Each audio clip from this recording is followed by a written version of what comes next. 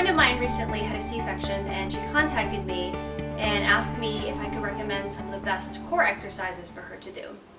So I told her that I would do a video blog post for her. And whether you've had a C-section or not, these exercises are very beneficial to anyone who's looking to strengthen their core. I'm also going to show you a couple different ways that you can actually assess your core muscles to see if they're functioning properly, and you can use these assessments as a baseline to determine a starting point for your strength training program. So just to give you a little bit of background information about your core anatomy before I get into these assessments, I just want to explain a little bit about the muscles in your core. Your core is very complicated, and there are a variety of different muscles in your core that have a variety of different functions. But basically what I want you to understand right now is that there are two major groups. You have your outer muscles, or your outer unit, which are responsible for movement, and you have muscles like your obliques and your rectus abdominis muscles, where if you train them properly, you'll have definition in your abdominal area. And then you have your inner unit, which is comprised of stabilizing muscles. And these are the muscles that I'm going to teach you how to train properly. And unfortunately, most people do not think to train their stabilizing muscles, because these are the kinds of muscles, no matter how hard you train them, you're not going to see them because they're very, very deep. So I'm going to get into the assessment first. The very first assessment I want to show you is called a transverse abdominis assessment, or TVA assessment. And your transverse abdominis muscle is basically like an internal weight belt, and it's responsible for helping you stabilize your body. So if your TVA doesn't function properly, there's a good chance that you're not stabilizing your body, and you're looking at a likelihood of injury.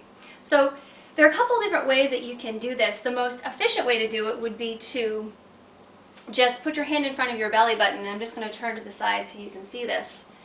And you want to stand nice and tall and relaxed, shoulders back.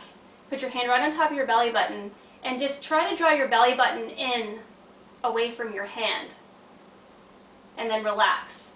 The best place to do this is actually in front of a mirror, so that you can actually watch your hand, because you may have the tendency to want to pull your hand away from your belly button and cheat a little bit.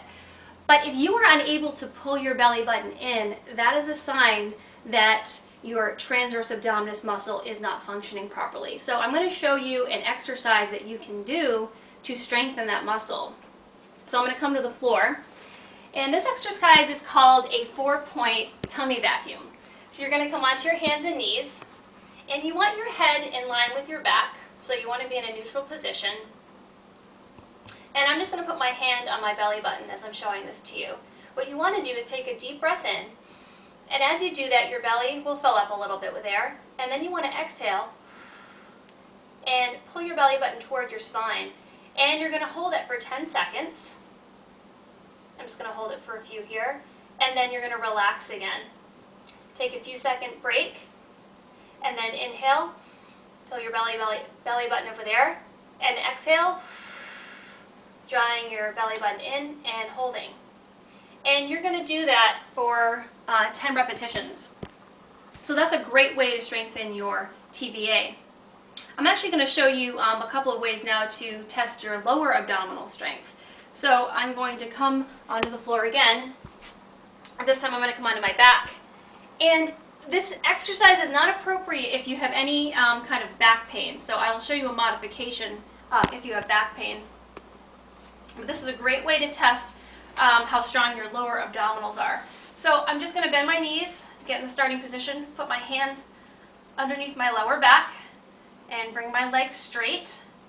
And then the object is to keep your back completely flat against your hands as you lower your feet to the floor. So I'm going to do this very slowly.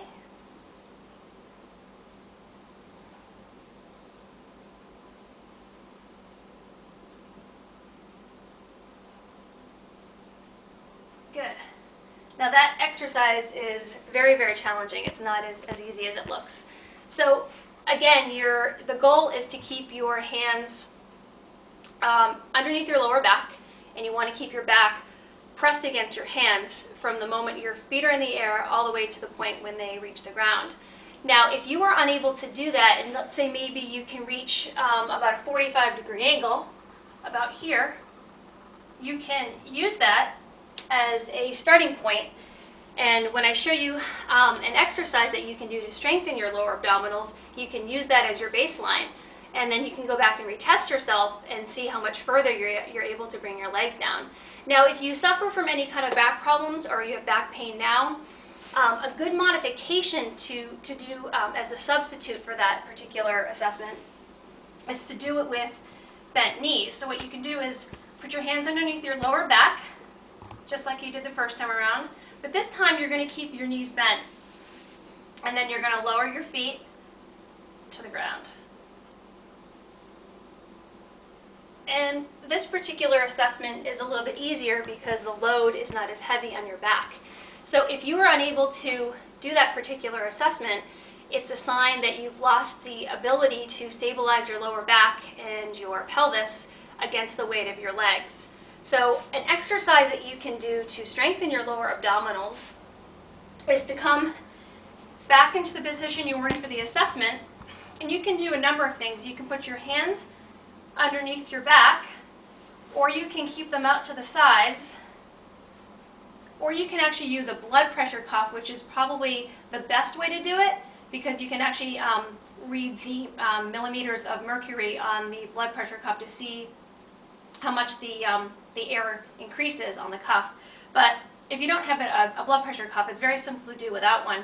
So I'm just going to keep my hands to the side so that you can see, and I'll turn a little bit. So I have a little bit of a natural arch between my back and the floor. What I'm going to do is come into my starting position.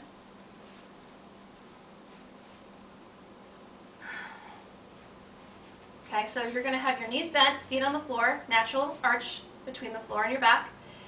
Take a deep breath in, and then you're going to exhale.